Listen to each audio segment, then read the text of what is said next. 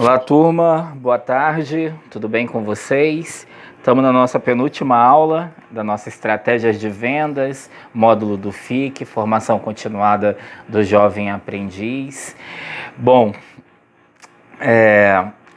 semana que vem nós vamos terminar, né, na próxima quarta. E antes da gente começar propriamente o assunto desse vídeo, eu gostaria de pedir para vocês, se por um acaso tiver alguém que tenha alguma atividade pendente, ela pode mandar mesmo com atraso, que eu irei receber. E essas 5 atividades que a gente está fazendo, elas vão compor a nossa média, que vale 10 pontos, esse módulo de 20 horas. Bom, eu sou Humberto, vamos continuar. Semana passada nós falamos sobre técnicas de fechamento de vendas, né? E falamos de negociação também. Aí pode surgir uma pergunta: o que viria depois disso, né? O que viria após já essas técnicas de vendas e o fechamento propriamente dito? Bom, eu já adianto para vocês, o que vem depois disso é uma palavra muito utilizada, muito consagrada agora nos meios de venda, né? Acho que todo mundo já ouviu falar. E a nossa aula de hoje é sobre pós-venda e fidelização de clientes. É sobre isso que a gente vai falar hoje. É muito importante. O vídeo é um pouquinho mais resumido, o próprio assunto ele é um pouco mais compacto, mas eu espero esclarecer um pouco sobre o tema e só para manter o hábito também, eu fico à disposição para dúvidas e comentários para a gente conversar sobre o assunto, né? Pós-venda e fidelização de cliente, né? Então, lendo aqui o nosso texto, eu trouxe só alguns temas, a gente vai comentar aqui, como a gente faz todos os vídeos, né, de uma maneira mais resumida. Vou passar o meu ponto de vista para vocês sobre esse assunto, mas o material lá na apostila está bem mais completo, e o nosso exercício ele vai ser com base na apostila também, né?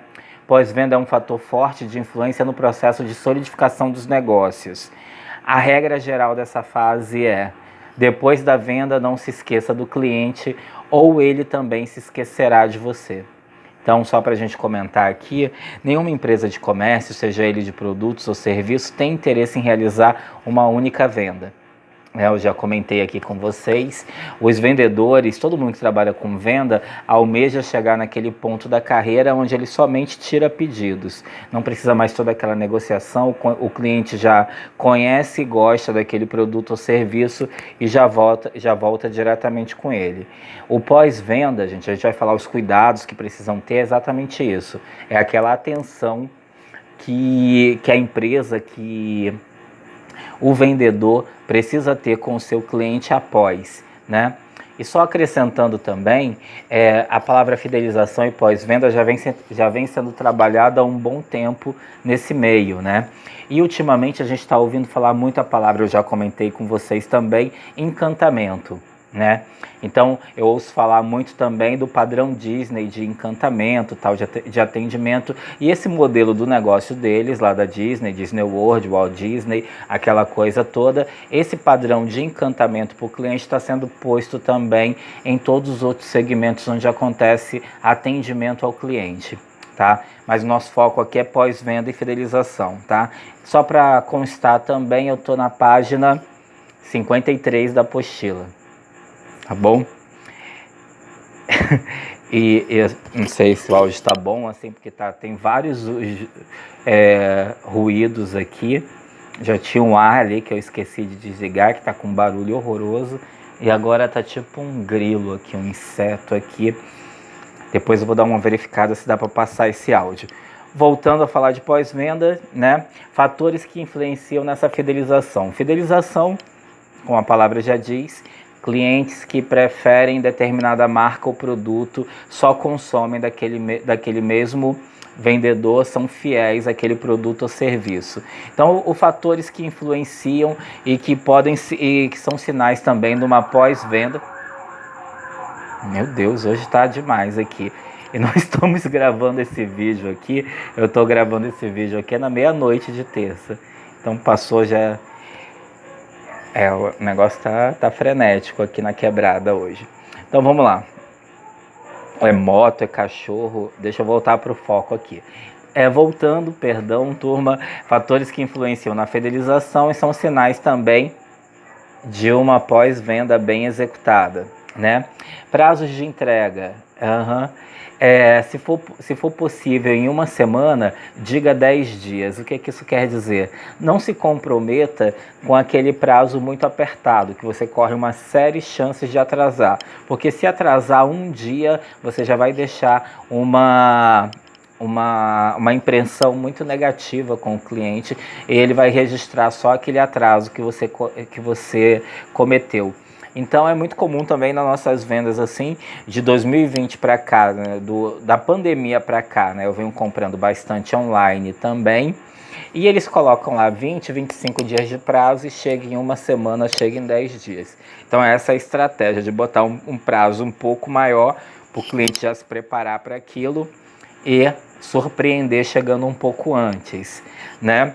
Então são fatores também que influenciam nessa fidelização.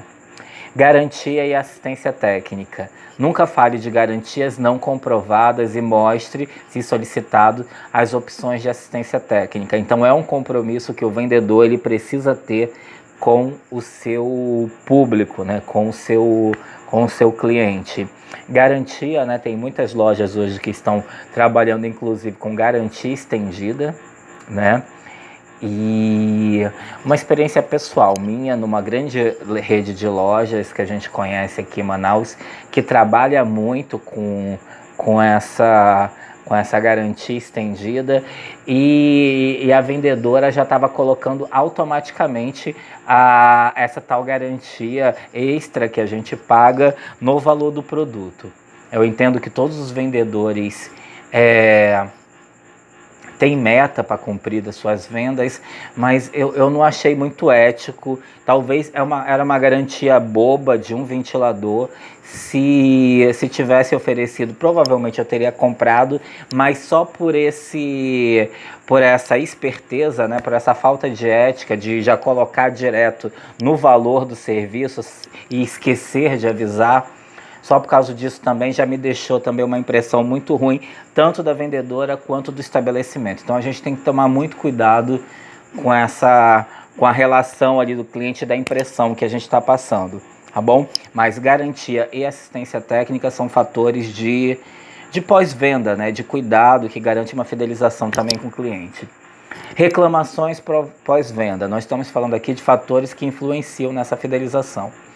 Ouça atentamente e relate a seus superiores. A gente está falando de reclamações depois que a venda já ocorreu. Então, mesmo nessas situações, você tem por obrigação, ouça com atenção e relate a seus superiores. Não deixe o cliente na mão. Muitos produtos foram melhorados devido a questionamento dos consumidores. Então, o seu compromisso com aquele cliente, ele não acaba depois que ele passa o cartão, depois que ele finaliza a compra. Então essas reclamações que surgem depois ainda é da sua alçada, ainda é problema seu e você tem que lidar isso e reportar aos seus superiores sempre que necessário. Questão de produtos danificados também, fatores que influenciam na fidelização. Devem ser substituídos com urgência, com pedido formal de desculpas pelos problemas acarretados. Então, produto danificado, né? Você entendendo que foi no transporte ou que não foi erro de uso e de manuseio, não só precisa ser trocado, como precisa também vir acompanhado de um pedido de desculpas. A gente vai falar mais daqui a pouco sobre essa questão de se desculpar sempre que for necessário com o seu cliente. Então a gente falou aqui alguns fatores que influenciam na fidelização. Nosso exercício 4, também já dando uma deixa, seguindo aquele formato, sempre vai ser sobre esses tópicos da apostila. Recuperação no atendimento. Recuperação, quando a gente fala, deu alguma coisa errado, como você faz para reverter e ter alguma chance ainda de pleitear a questão da fidelização do cliente, recuperar, né, reverter aquela situação negativa e fidelização e garantir o seu pós-venda bem executado. Então, mais uma vez, a questão das desculpas, tá? se a reclamação ela foi via e-mail ou via na plataforma da loja, você precisa não só, se possível, dar o retorno digitado, escrito da maneira que veio, formal, né? Registrar que ele pediu desculpas, mas faça o possível também de entrar em contato com esse vendedor em nome da loja e se desculpar. Agora tem que ser uma coisa muito bem elaborada, tá? E tem que ser uma pessoa também que tenha muito tato para lidar com essa situação. Porque às vezes a pessoa parte para um pedido de desculpas, mas não tem essa vivência para lidar com ânimos mais alterados, o que seria uma situação de recuperação acaba agravando mais a questão. Então a questão da desculpa é um momento onde você vai ouvir todas as reclamações e mais do que querer de se justificar sobre o ocorrido, você está ali para pedir desculpas pelo ocorrido e outras etapas que a gente vai ver agora. Então, precisa ter técnica e habilidade para conduzir essa coisa das desculpas para a situação não perder o rumo, né? Desculpa, me engasguei. Empenho urgente, tem mais... Todos esses tópicos que eu estou falando aqui, eles estão mais bem trabalhados na apostila também. Eu estou só fazendo um resumo, um apanhado, para fazer esse videozinho de explicação do tema. Empenho urgente, gente, é você se prontificar a resolver a coisa no momento que ela aconteceu. Então, se é um caso de troca, se é um caso de reparo, se é um caso de reportar para alguém, a pessoa precisa sentir que você está trabalhando naquele momento, naquela situação. Todos esses 5 pontos que eu vou falar aqui são formas de recuperação numa situação onde o atendimento já deu errado. E na nossa unidade da apostila, deixa eu só ver o número aqui, unidade 8, tem também todos esses aspectos que eu estou falando colocados num case, num exemplo lá.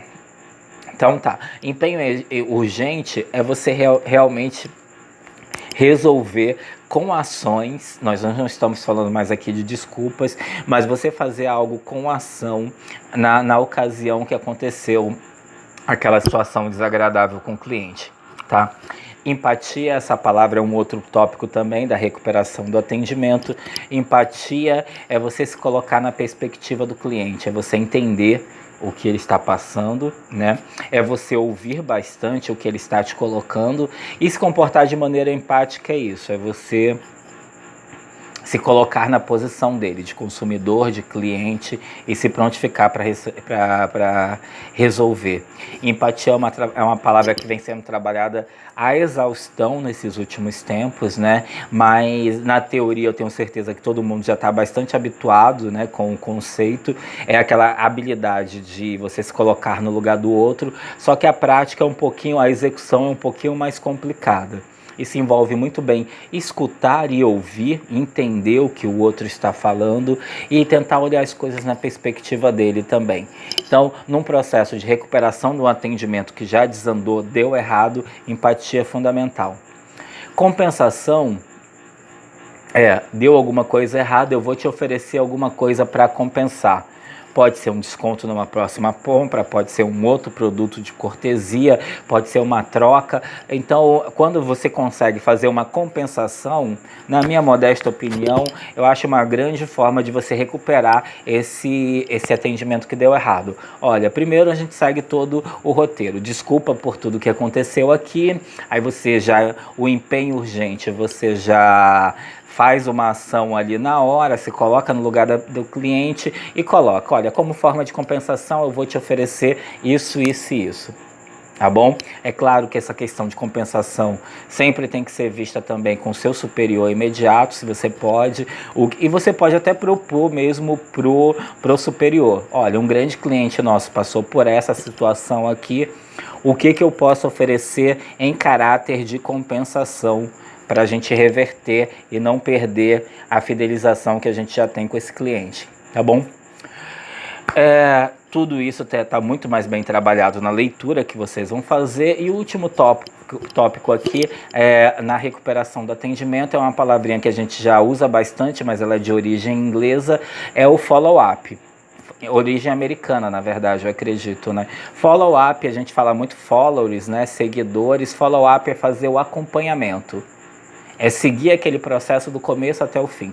Se caiu no seu colo, se é cliente seu e caiu uma questão, você vai ter que fazer esse follow-up até você ter certeza que foi sanado. Eu sugiro ainda que você confirme isso com o cliente. Olha, resolveu, posso fazer mais alguma coisa por você? Tal. E quando encerrou, se colocando à disposição para uma futura compra, para uma futura venda, né? Só aí termina esse seu processo de follow-up. Então você não pode perder ele de vista. Você está seguindo ele ali até a conclusão daquela situação. Então esses são os 5 tópicos, né? Desculpas, empenho urgente, empatia, compensação e follow-up, que são processos também de recuperação do atendimento. Mas voltando lá ao nosso começo da apresentação, a venda não termina quando você fecha. Deixa eu ler a frase da segunda. Depois da venda, não se esqueça do cliente ou ele também se esquecerá de você, né? Então, fechando, nós vamos falar, ainda não é a nossa última aula, nós vamos fazer um grande apanhado disso com alguns princípios na próxima, né? Então, o exercício é exatamente o de sempre, com base no vídeo, apostila e nessa conversa aqui que a gente teve, nessa explicação, resolva as questões da página 57 e 58 do nosso material lá, tá? Só para cumprir o protocolo também, me coloco mais uma vez à disposição aqui. E é isso, gente. Acho que estratégias de vendas é um assunto muito interessante. Tragam suas dúvidas, tragam seus comentários. E eu aguardo vocês até a próxima semana. Tchau, tchau.